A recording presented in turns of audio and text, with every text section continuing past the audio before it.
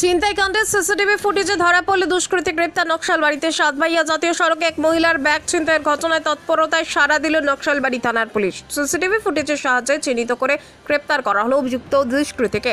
ঘটনাটি ঘটে গত শুক্রবার সন্ধ্যায়। জানা গিয়েছে, সাতভাইয়া জাতীয় সড়কে একা হেঁটে যাওয়ার সময় এক মহিলা আচমকাই এক বাইক আরোহীকে লক্ষ্যবস্তু হন। বাইকে থাকা দুষ্কৃতী আচমকা ঝাঁপিয়ে পড়ে, তার ব্যাগ ছিনতাই করে পালিয়ে যায়। পরদিন আক্রান্ত মহিলা নকশালবাড়ি থানায় লিখিত অভিযোগ দায়ের করেন। অভিযোগের ভিত্তিতে তদন্তে নামে পুলিশ। ঘটনাস্থলে আশেপাশের সিসিটিভি ফুটেজ সংগ্রহ করে বিশ্লেষণ চালানো হয়।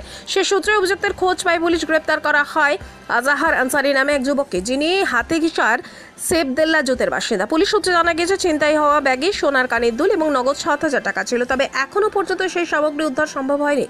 ধৃতকে শনিবার শিলিগুড়ি মহকুমা আদালতে পেশ করে 5 দিনের পুলিশি হেফাজতের আবেদন জানাবে নকশালবাড়ি থানার পুলিশ। পুলিশের এই দ্রুত পদক্ষেপে এলাকার স্বস্তি ফিরছে, যদিও এখনো ছিনতাই হওয়ার সামগ্রী উদ্ধারের জন্য তদন্ত